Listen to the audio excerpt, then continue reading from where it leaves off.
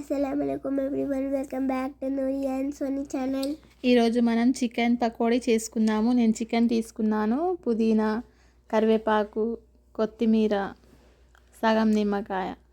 First పుదీనా వేసుకోవాలి చికెన్లో, కరివేపాకు, కొత్తిమీర, సగం నిమ్మకాయ, పసుపు, ఉప్పు, కారం, అల్లం వెల్లుల్లి పేస్ట్, ధనియాల పొడి, గరం మసాలా, చికెన్ మసాలా, ఇవన్నింటిని ఇప్పుడు మంచిగా అన్ని పీసులకు కలిసేటట్టు కలుపుకోవాలి. హాఫ్ అన్ అవర్ డీప్ ఫ్రిడ్జ్లో పెట్టాలి.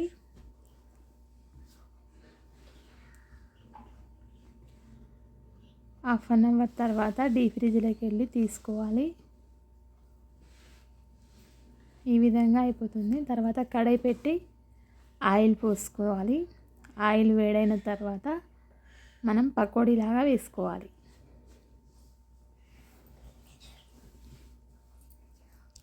అంతేనండి, మనకు చికెన్ పకోడీ రెడీ అయిపోయింది.